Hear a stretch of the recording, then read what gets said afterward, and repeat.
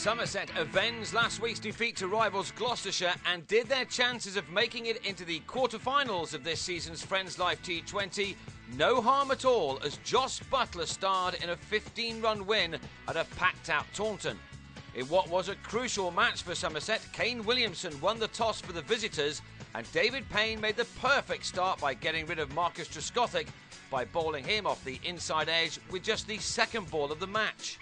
In spite of that, Craig Mashady came in and drove a maximum off Will Gidman as the talented 19-year-old warmed up the crowd for the fascinating battle ahead. He played his shots as he scored almost all the runs of a rapid second wicket stand, with 19 runs coming off Gidman's over, the second of the game. Mashady kept the strike and made 24 of the 25 runs on the board, but then he also fell to Payne as he top-edged to pull off the left armour to Hamish Marshall in the third over. Starved of the strike, Peter Trigo, who faced just 6 balls out of the 35 delivered, gave Marshall a second catch, this time off the bowling of Kevin O'Brien, as Somerset made only 40 for 3 from their power play overs. But this side never knows when they are beaten, and with so much batting to come, James Hildreth and Butler didn't appear to worry too much about their start, and after a brief break for rain, they soon put bat to ball in an enterprising fourth-wicket partnership which just about kept their side in the contest.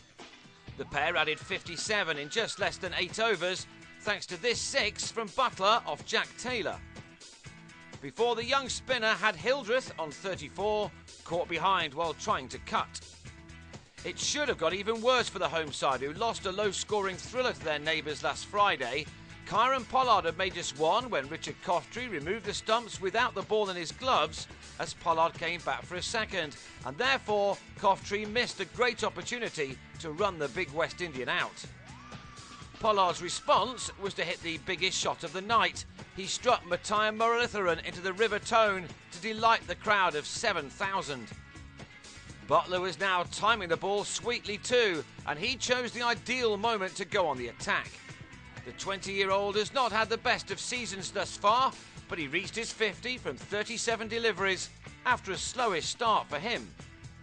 He exploded towards the end of the innings, picking up more maximums in what was arguably his best and certainly his most important innings of the summer.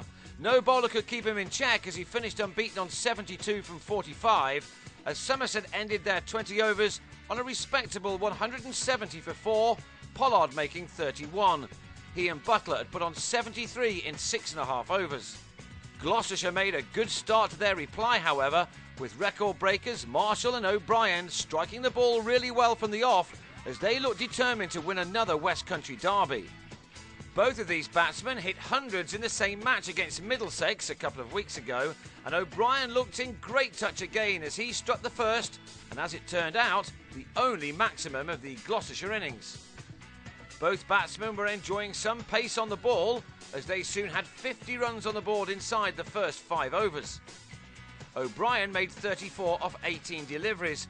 His wicket was therefore crucial, and it came at the end of that 5th over when he drove Lewis Gregory and was brilliantly held by Hildreth at mid-off above his head. The use of the spinners was an important part of this game. Max Waller and world record holder Arul Sapaya were able to slow things down after the power play had ended, in spite of Marshall and Chris Taylor keeping their side right up with the required rate. At the halfway stage, they were perfectly placed on 88 for 1, but then Taylor lofted a catch to Waller off Murali Kartik to go for 19. Marshall was still there though and playing superbly. There was nothing to choose between the two sides, and nails were being bitten all around the ground. The Kiwi reached his half-century from 41 deliveries, an innings containing 5 boundaries. Importantly, Gidman was then stumped down the leg side off a Kartik Turner for 8, and that left Gloucestershire with a target of 50 to win off the last 5 overs. Marshall then fell in the 16th when he swept Sapaya and was held by Gregory at deep mid-wicket for 52, and now 44 were required for the remaining 4 overs. That was taken down to 31 off 15 balls when Williamson skied a catch off Pollard to Trigo at point at 140 for 5. Jack Taylor fell for a duck 3 balls later as Gregory took a fine catch off Pollard. So going into the final 2 overs, Gloucestershire still needed 30, having lost their way, and things didn't improve for them when Ian Cobain hit a Gregory full bunger to Sapphire. So the last 6 balls arrived, with Gloucestershire now 20 runs short. Gregory, who fielded superbly throughout, then ran out Coffey for 6, before he took another superb catch to see the back of Muralitharan off the final ball, as Gloucestershire ended on 155 for 9 to lose by 15 runs. It was a massive win for Somerset, who now have 18 points in the South Group, with just 1 game to play at Southgate on Sunday against bottom club Middlesex. They have to win that, and that should be enough to see them go through to the next stage. Whether they'll have a home tie will depend on the rest, who all have games in hand.